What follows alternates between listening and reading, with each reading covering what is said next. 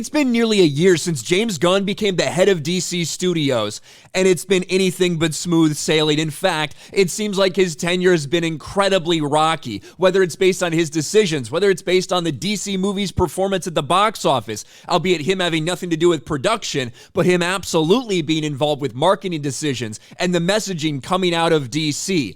And we've, of course, heard calls to fire James Gunn already, even though we've yet to see a single movie from his new DCU, primarily based on his decisions, like the one to move on from Henry Cavill as Superman, which created a lot of frustration from the fan base. Well, now we're hearing more calls to fire James Gunn, but it's not for anything he's done in the past year. It's actually for something that happened over a decade ago, but is very, very much related to DC movies.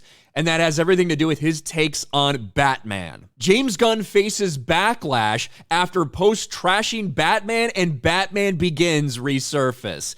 So not just Christopher Nolan, but also Tim Burton's '89 Batman starring Michael Keaton. We're going to get into these posts. These are from James Gunn. They're from over a decade ago. But obviously, when someone takes over as the head of DC Studios, their opinions on Batman might be kind of important to fans. And here we have it from James Gunn. James Gunn is facing backlash as some alleged posts trashing Tim Burton's Batman and Christopher Nolan's Batman Begins resurface. James Gunn's no stranger to backlash, especially the kind that stems from resurfaced social media posts. He was also well aware of the backlash he'd received taking over as co-head of DC Studios. Now, however, James Gunn is facing backlash from fans that have uncovered his post from years ago when he bashed Tim Burton's Batman and Christopher Nolan's Batman Begins. I want to run you through some of these right here. This is from James Gunn. Again, 11 years ago. The Tim Burton Batman is poorly written. The soundtrack is the worst work of everyone involved, and it's absolutely one of the most boring films ever. Not only that, but the reveal of the Joker as the killer of Bruce Wayne's parents spits in the face of Batman's origins, and a nullification of the bottomless thirst for vengeance that necessarily drives Batman. It pretends not to be campy, but is completely so, and on top of everything, the dark creature of the night can't even move his fucking neck.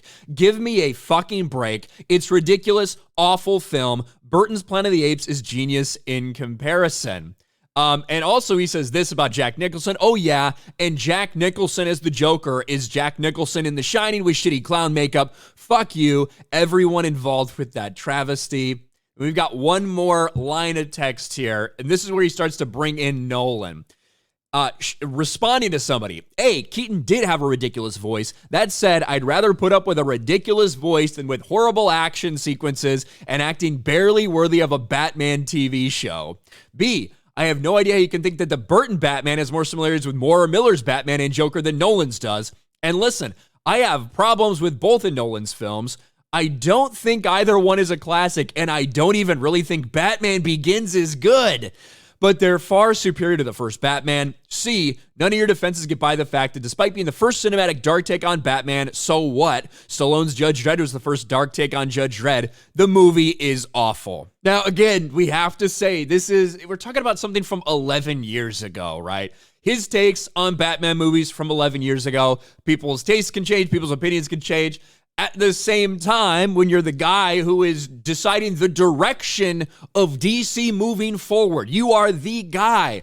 People are going to pick at you about all this stuff. Now, when you look at the landscape of DC and the failures that DC's had since he took over, some of that you can absolutely put on James Gunn. The fact that he announced that they're doing a reboot, that these characters you're watching these movies are probably not going to matter in the grand scheme of things, that probably has had an impact on the box office. The fact that DC movies have been bad has had a big impact on the box office. But now, not only the failure of Black Adam, which happened before he took over, to be fair, but now we've had Shazam! Fury of the Gods, The Flash, which he went out there and promoted. He was in charge of promotion. He made some decisions in terms of what they were going to cut, what they were going to edit, what they were going to reshoot in that movie. That was a massive flop and a failure for them. He put his entire reputation behind that movie. And now we have Blue Beetle, another flop for them. Who knows what Aquaman will do? But you can't say that James Gunn is blameless in that. He has made decisions in terms of the messaging for the future of DC, and now fans are all over him over these old takes on Batman '89 and on Batman Begins.